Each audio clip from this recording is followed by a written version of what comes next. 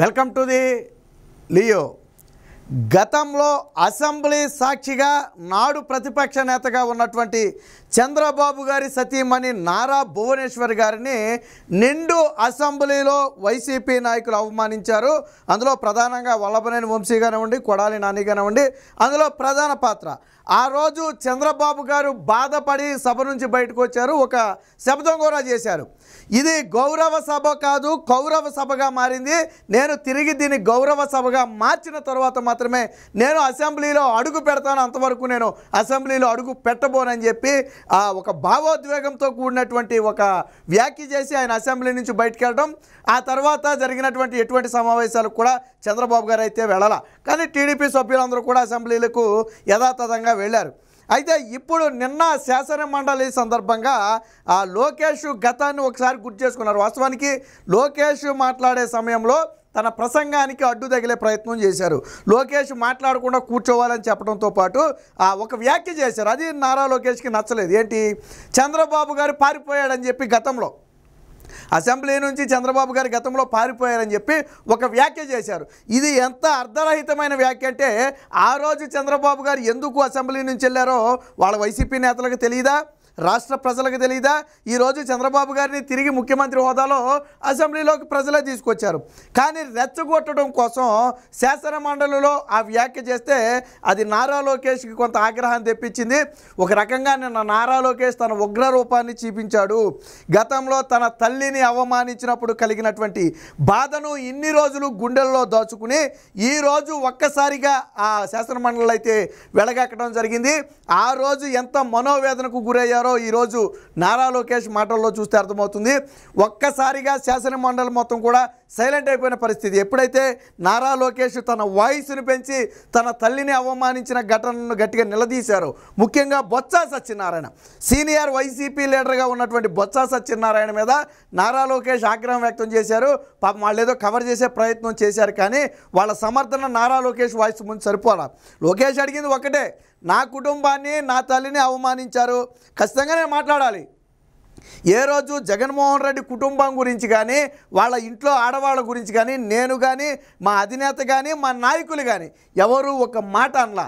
మీరు అన్న మాటలు మీ విజ్ఞతకే వదిలేసాం తప్ప మేము ఎప్పుడు ఆ కుటుంబాన్ని ఒక మాట అనలా. మాకు కూడా కుటుంబాన్ని ఒక మాట అనాలంటే ఒక నిమిషం పని, కానీ అది మా సంస్కారం కాదని చెప్పి నిన్న నారా లోకేష్ అయితే మాట్లాడటం జరిగింది. నిన్న సోషల్ మీడియా నిండా కూడా ఒక రకంగా ఇదే ఒక వైరల్గా మారినట్టుగా అయితే మనకి తెలుస్తుంది. స్వయంగా నిన్న నారా లోకేష్ తన అఫీషియల్ ట్విట్టర్ ఖాతాలో, ఎక్స్ ఖాతాలో అయితే తన ఆవేదన అయితే పోస్ట్ చేశారు. ఒకసారి చూద్దాం లోకేష్ ఆవేదన ఎలా ఉందో. సభ్యులు 2019 నుంచి 24 వరకు చంద్రబాబు నాయుడు గారు పారిపోయారని మీరు అంటున్నారు అధ్యక్ష. మీరు నాకు తెలిసినట్టు మీరు ఎమ్మెల్యే కాదనుకుంటప్పుడు చంద్రబాబు నాయుడు గారు హౌస్కి వచ్చారు, శాసనసభ సాక్షిగా నా తల్లిని అవమానించారు అధ్యక్ష. అది గుర్తుపెట్టుకోండి. మీరు గౌరవ సభతో వస్తాను, మా తల్లిని అవమానించారు. ఈ రోజు మీరు కావాలని పోస్టులు కూడా అక్కడ పెడుతున్నారు. మా తల్లిని అవమానించారు. ఆ రోజు మీకు గుర్తురాదా? ఎన్ని ఎక్కడ అవమానించలేదు సార్, ఎక్కడ అవమానించలేదు. మీరు ఎట్లా మాట్లాడారో, మీరు ఉన్నారా హౌస్ లో? మీరు ఉన్నారా హౌస్ లో? మీరు ఉన్నారా హౌస్ లో? ఆ రోజు కూర్చోండి. మా తల్లిని అవమానించారు. అక్కడ ఉన్నారా హౌస్ లో? షర్మిల గారిని అవమానిస్తారు, విజయలక్ష్మి గారిని అవమానిస్తారు, మా తల్లిని అవమానిస్తారా? ఏం గుర్తురాదా మీకు? అది ఒక్క నిమిషం నేను కూడా మాట్లాడచ్చు, గుర్తుపెట్టుకోండి. ఒక్క నిమిషం నేను కూడా మాట్లాడండి. ఏనాడు మేము మాట్లాడలేదు, కూర్చోండి. ఏనాడు జగన్మోహన్ రెడ్డి గారి కుటుంబం గురించి మేము ఏనాడు మాట్లాడాల? నేను ఏనాడు మాట్లాడాల? మా సభ్యులు ఏనాడు మాట్లాడాల? కూర్చోండి. శాసనసభ సాక్షిగా మా తల్లిని అవమానిస్తే కూర్చోమంటారా? కూర్చోమంటారా? 22 వరకు చంద్రబాబు నాయుడు గారు ప్రతిరోజు హౌస్కి వచ్చారు, ప్రతిరోజు హౌస్ నిలబడ్డాడు, సింగల్ గా నిలబడ్డాడు. సింహంగా గుర్తుపెట్టాడు, సింగల్ గా నిలబడ్డాడు, పోరాడాడు. ఆ రోజు మా తల్లి అవమానించారు కనుక బాధ నచ్చలేక సభ బైకాట్ చేసి బయటకు వెళ్ళారు. కానీ ఎమ్మెల్యేలు ఉన్నారు ఇక్కడ, నిమ్మల రామారెడ్డి గారు అన్నారు, స్వామి గారు ఉన్నారు, ఇతర గొట్టుపల్లి రవి గారు అన్నారు. అది మాకున్న చిత్తశుద్ధి అండి. ఈ రోజు మీ ఎమ్మెల్యేలు ఎందుకు రావట్లేదు అని అడుగుతున్నా.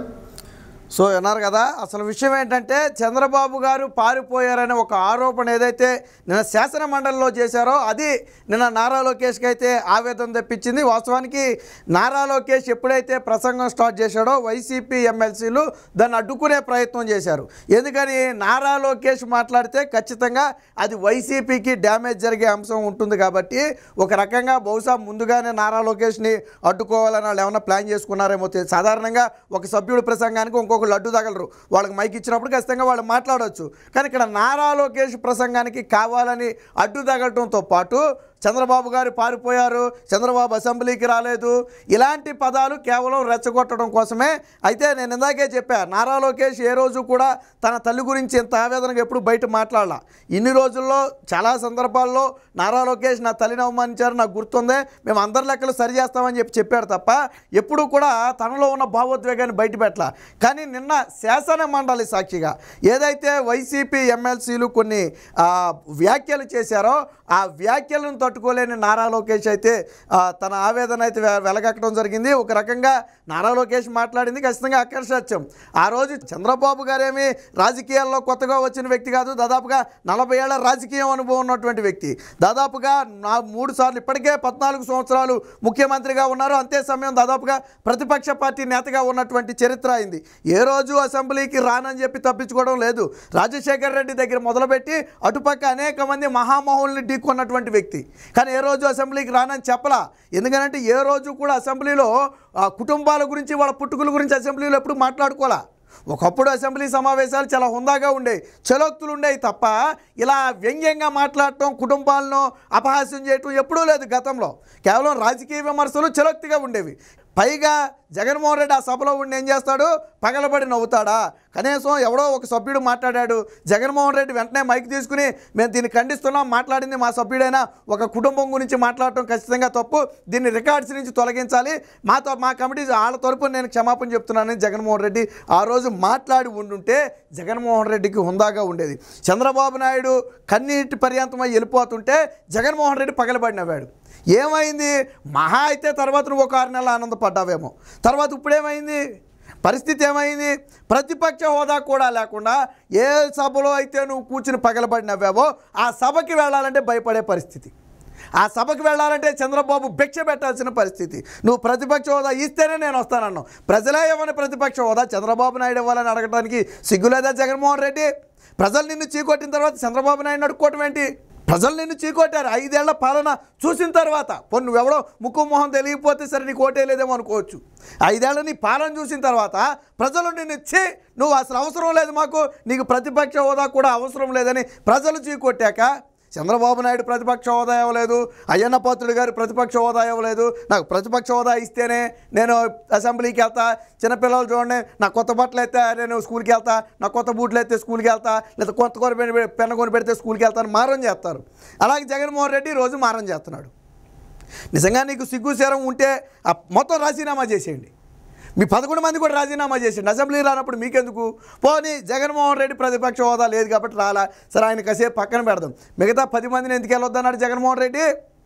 ఎందుకు వెళ్ళొద్దన్నాడంటే సభలో వాళ్ళు అడిగే ప్రశ్నలకు వీళ్ళు సమాధానం చెప్పలేరు, ప్రభుత్వాన్ని ప్రశ్నించడానికి వీళ్ళ దగ్గర ఏమీ సమస్యలు లేవు. సాక్షిలో డబ్బా కొట్టుకోవడానికి అయితే సమస్యలు ఉంటాయి, కానీ అసెంబ్లీలో నిలదీయడానికి సమస్యలు ఉండవు. కాబట్టే జగన్మోహన్ రెడ్డి ఈరోజు తనతో పాటు తన సభ్యులను కూడా వెళ్ళొద్దన్నాడు. లోకేష్ చెప్పింది కూడా అదే. ఆ రోజు చంద్రబాబు గారు బాయ్కాట్ చేశారు. ఎందుకు? మా తల్లిని అవమానించారు కాబట్టి. కానీ మిగిలిన సభ్యులు అందరూ అక్కడే ఉన్నారే. అందులో 3 సభ్యులు ఇప్పుడు ఇక్కడే ఉన్నారే. నిమ్మల రామానాయుడు ఉన్నారు, అలాగే స్వామి గారు ఉన్నారు, గొట్టిపాటి రవి ఉన్నారు. వాళ్ళు 3 కూడా ఇప్పుడు మంత్రులుగా ఉన్నారు. ఆల్రెడీ ఆయన చెప్పింది అదే. చంద్రబాబు గారిని కాదన్నా, ఆయన రాకపోయినా సభకి తన మనుషులను పంపకుండా ఆపలేదే. ఎమ్మెల్యేలు అందరూ వచ్చారు, ప్రజా సమస్యల మీద నిలదీశారు. మరి ఇప్పుడు జగన్మోహన్ రెడ్డి అనుకు మనం తోక 10 మంది రారే. నేను నారా లోకేష్ అడిగింది అదే. నారా లోకేష్ మాట్లాడిన దాంట్లో ఒక అర్థం ఉంది, ఒక ఆవేదన ఉంది. ఏ తల్లిని ఎవడు అవమానిస్తూ ఊరుకుంటారు? ఇప్పుడు విజయమ్మని అవమానిస్తే టీడీపీ నేతలు జగన్మోహన్ రెడ్డి ఊరుకుంటాడా? సరే జగన్మోహన్ రెడ్డికి సిగ్గు శరం లేకపోతే ఊరుకుంటాడు. భారతీరెడ్డిని అవమానిస్తే జగన్మోహన్ రెడ్డి ఊరుకుంటాడా? వాళ్ళ కూతురుని అవమానిస్తే జగన్మోహన్ రెడ్డి ఊరుకుంటాడా? ఊరుకోడు కదా. మరి భువనేశ్వర్ గారిని అవమానిస్తే ఎందుకు ఊరుకోవాలి? ఆవిడ ఏమైనా రాజకీయాల్లో ఉందా? ఎప్పుడైనా జగన్మోహన్ రెడ్డి గురించి మాట్లాడిందా? లేదు కదా. ఆ రోజు మీరు చేసింది తప్పు అని చెప్తున్నాడు కాబట్టి ఈరోజు నారా లోకేష్ని అడ్డుకోవాలనుకున్నారు. మొత్తంగా నారా లోకేష్ ఉగ్రరూపం అనేది నిన్న వైసీపీ నేతలకు తెలిసి వచ్చింది అనడంలో ఎటువంటి సందేహం లేదు. Please subscribe to Leo news for more videos.